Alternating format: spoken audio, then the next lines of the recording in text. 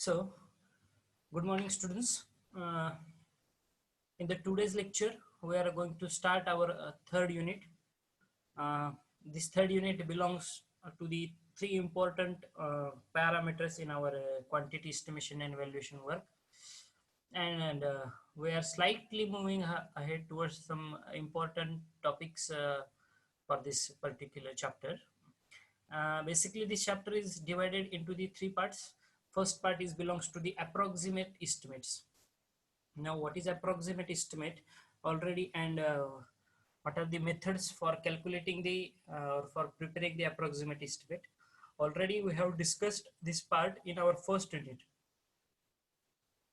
that is various methods of preparing the estimate. That is the introductory part. Now in this particular chapter we are going to deal with the problems which are associated with the approximate estimate methods. That is how to prepare the approximate estimate for a civil structure. Okay, then in this approximate estimate we are going to study the various methods used for the buildings and other civil engineering work such as bridge, water supply, drainage, road, railway projects, school building and industrial sheds.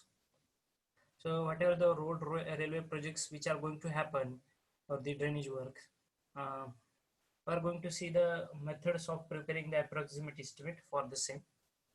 In the second half of this particular chapter, we are going to study the detailed estimate of the buildings.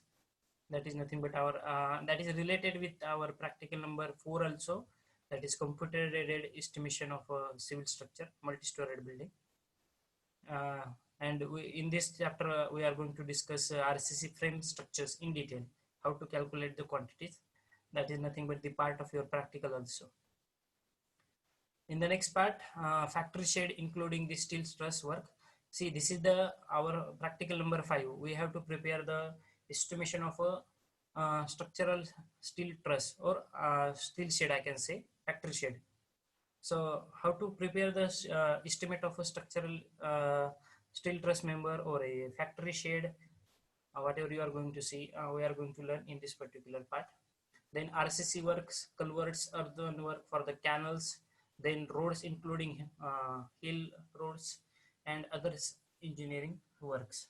Now in this particular part we are going to, in detail we are going to discuss the road estimation. Okay, how to prepare the road estimation, what are the parts which are involved in the road estimation, and last and very important part that we are going to study, which is mandatory for each and every civil engineer, I can say, that part I can call it as a bar bending schedule, preparation of a bar bending schedule. We called it as we called it as a schedule of reinforcement. याला काय म्हटलं जातं? Schedule of reinforcement. That means how much quantity of reinforcement that I require for construction of a civil work. Suppose I am constructing a G+1 structure, or it may be an industrial shed. So what is the quantity of steel that I require for a beam having the span 4 meter, having the weight 300 mm and having the depth 450 mm? Just a single beam, just a single beam I am discussing. So that beam includes your all structural parts, structural design, RCC design, correct? There may be some stirrups, there may be some binding wires, there may be some main bars or some anchor bars which you are going to put, correct? At the bottom you can put the main bars, at the top you can put the anchor bars, then bent up bars. Okay, so how much quantity of this reinforcement that we require for that particular element only for a single beam? Now if you consider a G+1 structure, you imagine how many beams will be there. Around 20-30, definitely around 20-30 beams will have, correct? Around a minimum. Just if a room is rectangular, we will have the 4 rooms. A single room will carry 4 beams. 4 beam at the ground floor, that is plain beam we can say, 4 at the top. So 8 beams total.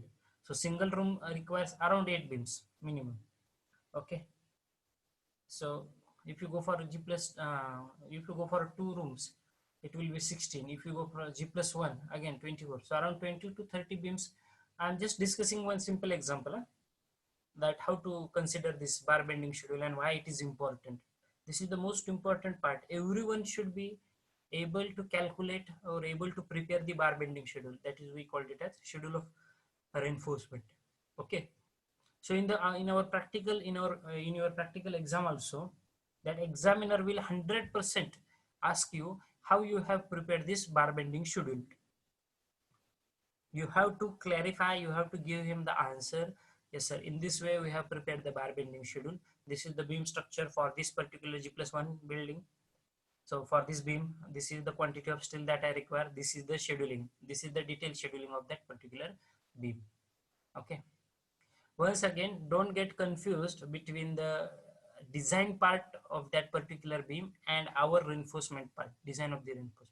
Okay. We are going to calculate the quantity and we are not going to make the design. Okay. Once again, please remember, the design will be given by the structural engineer. That means you have to use 10 mm bar, or you have to use 12 mm bar. Okay, you have to use 16 mm bar, you have to use 20 mm bar. This will be the length, this will be the lap. So we are not going for the structural details. What we are going for? We are going for the quantity for that reinforcement. Okay, for that structure. Quantity किती असली पाहिजे या हा part आपण study करणार आहोत. ठीक आहे. So this will take bar bending schedule. Definitely there will be a question of 8 to 12 marks on this particular only single point. If you consider the whole chapter will take you around 12 marks, around 12 to 16 marks, I can say, in your examination, because there is mandatory problem on the approximate estimate. Mandatory. You can note down in your notebook also. Okay. The problem weightage is of 4 to 8 marks. And there will be compulsory problem of bar bending schedule. Okay, that will take your 8 to 12 marks. So these two things are very important. And bar bending schedule, it is the mandatory part as far as our construction sector is considered. Okay, every civil engineer must able to do this particular bar bending schedule, or he should have the knowledge about the bar bending schedule. That we called it as schedule of reinforcement, another name. Okay. Then in the last half of this particular chapter, we are going to study the different methods of execution work, then essentials of legally valid contract, how the contract is there, what is meant by the word contract, what are the requirements of a contract, then how the contract is going to happen between the engineer, the employer or contractor or the higher authorities for executing the civil engineering work. So that is just the introductory part in the chapter 3. In chapter number 5, we will go in detail about the contracts. So this chapter is give you some highlights about the road estimation, then approximate estimates, bar bending schedule, the most important. Now again, in the road estimation, till time, that means up to 2020, they haven't asked you the question of on the that is get the calculate the quantities for the road estimation or for any bridge, water supply, drainage or railway projects. Okay, what they have asked till time, they have asked one problem of the approximate estimate and bar bending schedule problem is there. Okay, preparing the schedule of reinforcement. But every year I am taking the examples of road estimation and all other structure because you must be familiar with that also. Okay, already whenever I'm going to teach you that road estimation part, you will come to know you are already familiar with this particular parameter. You have already done it in your surveying subject. Okay, surveying road project you have completed. Na? I hope everybody has completed. Maybe 100-meter chainage you are having, 100-meter road you have prepared, and you have completed the road project, determining the RLs and by taking the at a level total station, whatever instrument you have used. So you know about the basics of the road survey. Okay, so with respect to that only, we have to calculate the quantity of the cutting and as well as in embankment. Okay, road in embankment and road in cutting. What is the quantity of excavation that we require? So if you are able to calculate a quantity of 100-meter, then 1000-meter or 1000 kilometers is not far away from you. Okay, if you have the basics with you, how to calculate the quantity, and that is what I am going to teach you in our third unit. Okay, so I just want to give you some highlights about the topic. If it seems to be a big topic to discuss and to understand as far as this unit number 3 is considered, and this is the biggest topic of our section 2. Okay, because there are problems, there is theory, and problems is not we are restricting to only single example, or there is a single variety, there is a only single example. There is a variety in the problems and variety in the detailed estimate also, and as well as your bar bending schedule. You should be able to calculate, prepare the bar bending schedule of column, beam, slab, staircase, your building structure. Not on just taking single example will not be sufficient for you. Okay, so the next around up to this particular month end, my target is we will spend much more time on this particular part. That will be easy for you to understand the basics behind this, uh, and that is what I from my side for this particular introductory part. Still, if you are having any doubt in this, again you can ask me. If anybody is having any doubt, I will give you a single minute. You can put your queries in the chat box if you are having any queries. Otherwise, we will start with the first part, that is approximate estimate and the its purpose or the basic various methods of build preparing the approximate estimate. If you don't have any doubt.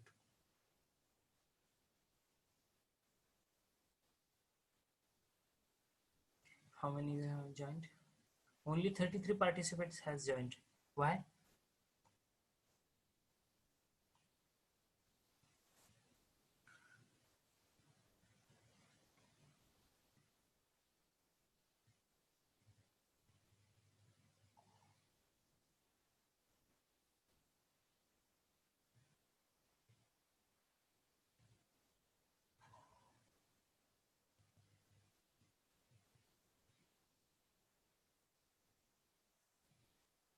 If you don't have any doubt, then we will proceed towards our the first part of this particular chapter, that is approximate estimates. Just give me a minute to share the new PPT.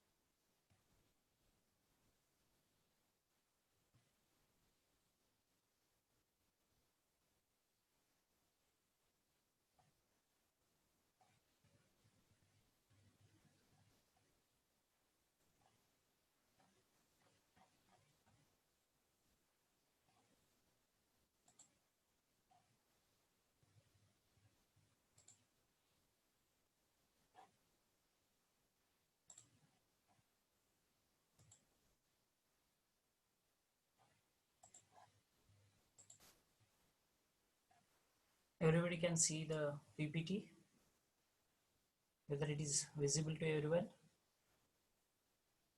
My PPT, you can put the reply in the chat box. Is it visible to everyone?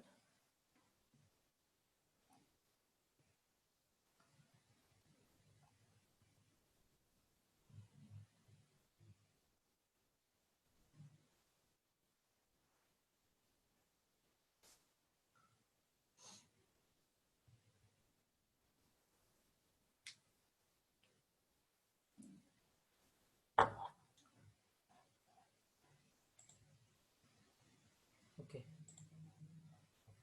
So our first topic is nothing but the estimates, the approximate estimates that we are going to study. So before that, again, a small recap of the what are the different types of the estimate and what are the contents of that particular estimate. I just want to share with everyone so that it will be a brush up for you. Uh, that part already we have discussed in our first unit only, but still I am going to revise it so that you will get a link for about the theory part that we are going to discuss. Okay, so different types of estimates, already we have gone through this particular main headings. What are the different types of the estimate that you know? First category we called it as preliminary or the approximate estimate, that is also called as abstract or rough cost estimate. Second type of estimate is nothing but plinth area estimate. Third one is your cubic rate or cubical content estimate. Fourth one is your approximate quantity method estimate. Fifth one is your detailed estimate or the item rate estimate. Sixth one is your revised estimate. Seventh category, supplementary estimate. Eighth one, supplementary and revised estimate. And ninth one is your annual or maintenance estimate. So basically these are the main categories of the estimate, and we will start with this one by one. So preliminary estimate. Preliminary estimate is prepared by the various methods for the different structures as mentioned below. Okay, so what are the basic of the preliminary estimate, or we call it as the approximate estimate, that what we have to learn. That is the first part of your chapter number 1, chapter number 3. Preliminary or approximate estimate is nothing but a rough estimate, a rough cost. That is just we are doing some calculations, and based on that we will conclude that yes, this will be the approximate cost that I require for that particular structure. Okay, that will be my approximate cost that I require for this particular structure. Now, for making a detailed estimate of any civil structure, you should prepare the approximate estimate at first. Please remember, everyone. For making a detailed estimate of any civil structure, you should prepare the approximate estimate at first. Why this approximate estimate we have to prepare at the first? And why not one can directly go for the detailed estimate? Because this approximate estimate will help you, or you will have some idea. Yes, sir, this will be the civil structure. It may be a G+1 multi-storied building, whatever be the civil structure. And for this structure, based on the dimensions from the plan and the cross section and all that, these are the dimensions, and based on this I can comment that this project requires around 10 lakh rupees for the construction work, or this project requires 15 lakh rupees for the construction work. You will have some idea in your mind about the project cost, and for getting the idea you should have the approximate estimate at first with you. Okay, the approximate estimate is not the final estimate. Once again, please remember, it is just that estimate which will help you for getting the idea about the project cost. Okay, for getting the idea about the project cost. Now, how to prepare this approximate estimate? For making this approximate estimate, we are considering the different structures like the buildings. And the buildings, suppose take the example of school building. It is totally dependent on the unit basis, that is per student. Already I have discussed that a single student requires 1.5 meter square area. How much the single student require? a single student in a school or in a college requires 1.5 meter square area. Okay, so whatever the number of students which are been there in your school or in your college, somebody's voice is there, Sakib. So whatever the students, how whatever the number of the students are studying in the college or in your school, just we have to consider their numbers. Suppose around 1000 students are there in our college. Just take an example. So 1000 multiplied by 1.5, that will give you the area which is required for the construction of a school building for 1000 students. That is how much you require. You require 1500 meter square area. We can convert it in square feet. Okay, so 1500 meter square area I require for 1000 students. So what this indicates, this will give you some rough idea for the construction of the school building. What is the school building area that I require? 1500 meters square. How I have determined? Whether I have taken any plan or anything that I have? No. I have taken one unit. I called it as service unit, to whom we provide the service. As far as our schools or the colleges are considered, we are providing the service or to you. You are learning here. You are doing some activities over here. Okay. So service units we called it as. Okay. Basically, these are going to serve some. These are serving some purposes. Okay, completing some purposes. So as far as schools are considered, your students are nothing but the service units. As far as hospitals are considered, our beds are nothing but the service units. As far as cinema halls are considered, our seats on which we can sit are nothing but our service units. Okay. So basically we are considering some units, we called it as service units, by which we can prepare the rough estimate. Okay. And just I am giving one example of the approximate estimate. So, and keep the thing in the mind always. A single student will require around 1.5 meter square area. So whatever the number of students, suppose 100 students, you require 150 meter square area.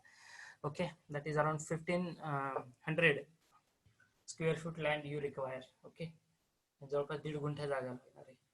ठीक आहे, मग या 1.5 गुंठ्यामध्ये कसं बांधकाम करायचं, किंवा जर माझ्याकडे 100 विद्यार्थी असतील म्हणजे मला किती क्लासरूम अवेलेबल करावे लागतील. तर 100 क्लासरूम असतील तर कमीत कमी 2 क्लासरूम तरी मला पाहिजेत. कारण एका क्लासरूम मध्ये आपण ॲव्हरेज 25 बेंचेस टाकत असतो. हा एक जनरल रूल आहे. ठीक आहे, ॲव्हरेज 25 आणि एका डेस्कवरती 2 जरी म्हटलं स्टुडंट्स तरी त्या टोटल क्लासमध्ये 50 स्टुडंट्स ऑक्युपाय होतात. ठीक आहे, मग 2 क्लासमध्ये 100 students. So general idea we should have. तर हे कॅल्क्युलेशन कसं असलं पाहिजे. जर मला स्कूल बिल्डिंगचा प्रोजेक्ट आला तर तुम्ही काय डायरेक्टली प्लॅन घेऊन क्वांटिटी काढत बसणार आहेत का? 100% तुम्ही प्लॅननुसार क्वांटिटी डिटेल इस्टिमेट तयार करणार असतात. परंतु आधी तुमच्याकडे एक बेसिक आयडिया पाहिजे तुमच्या त्या प्रोजेक्ट बद्दलची, की त्याचं इस्टिमेट कसं असू शकतं. जर मग 1500 स्क्वेअर फीट एरिया आहे, ठीक आहे, आणि मी 1500 काम घेतोय विथ मटेरियल, 1400 मी काम घेतोय विथ मटेरियल, मग माझं सहज कॅल्क्युलेशन आहे माझं 15 गुणिले 15 225. ठीक आहे. So more than 2,50,000 rupees I require to construct the single that particular school building. Okay. So just approximately how you are going to calculate. मग 2,50,000 हा फक्त बांधकामाचा विथ मटेरियल खर्च आहे. मग लेबर खर्च वेगळा झाला. मटेरियलचा त्यामध्ये जे काही तुम्ही इतर एक्सपेंडिचर्स असणार आहे तुमचे, overhead charges, job overhead charges, ठीक आहे, किंवा जनरल ओव्हरहेड चार्जेस, ते वेगळे असणार आहेत. कॉन्ट्रॅक्टरचा प्रॉफिट हा वेगळा असणार आहे. तिथले इलेक्ट्रिफिकेशन वेगळं असणार आहे. सॅनिटायझेशन सिस्टीम वेगळी असणार आहे, त्याचा खर्च वेगळा असणार आहे. आर्किटेक्चरला 1% देता प्लॅन काढण्यासाठी again that cost will increase. I have to give, I'm interested to give you one example which I learned on the site when I was working on the site. Definitely, because I have taken my notebook while working on the site with me now, so that I'm interested to share my experience with you. Just give me a minute.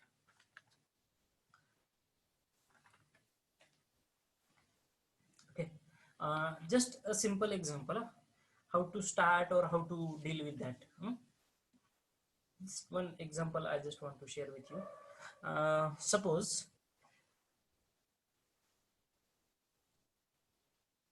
The project, you have to construct a project. Okay, you have to construct a project. The total investment is around 40 crores. How much? Around 40 crores.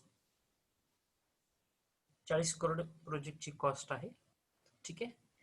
And you are having a 5 acres land with you. 5 acres I am discussing.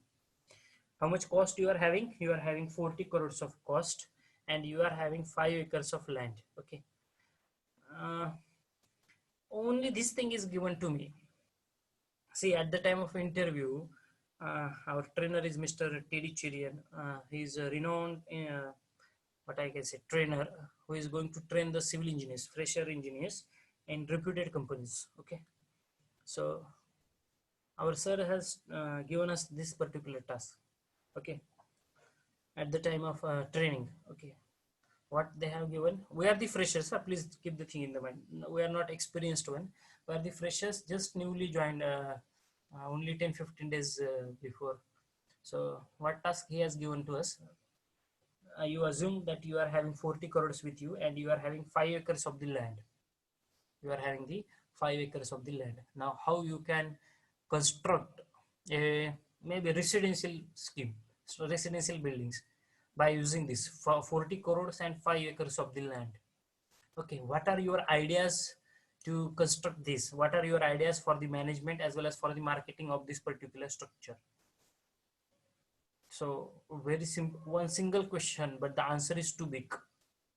Okay. So what he wants to suggest to us, that you have to build that capacity of thinking towards your project. Yes, this is the land which is available with me. Just a minute, a small instruction to everyone. Less than 1 minute is left to end this session. So after, if the session concludes within few seconds, please rejoin the session using the same link and rejoin it fast, because we are having just 1 hour, that is around 20-30 minutes we will have. Okay, 20 minutes are left. So please rejoin the session as early as possible so that we can discuss the further part related to this my experience also. Okay, don't take the extra time to rejoin. Less than 1 minute is there. So he has given us the task. You are having 40 crores and you are having 5 acres of the land, and now you have to construct. How you are going to construct? What are your ideas to construct it? Prepare the approximate